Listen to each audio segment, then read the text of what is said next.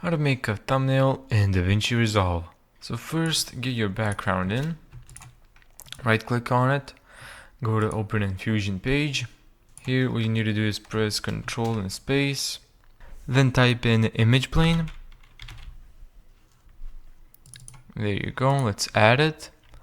Then hit Ctrl space again, type in merge and select merge 3D, add it, and then add render 3D.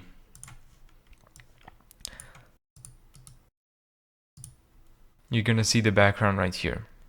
Now add the camera. Here you go, camera 3D. Attach it to the merge node, like so. Let's go to the transform and then zoom in.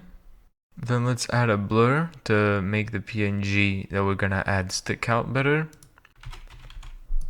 Let's go blur, add. Now let's add a PNG or whatever you want. And then do another image plane and connect this one to merge. And there you go. Now we can set the printer here and move it around. Thank you so much for watching this video.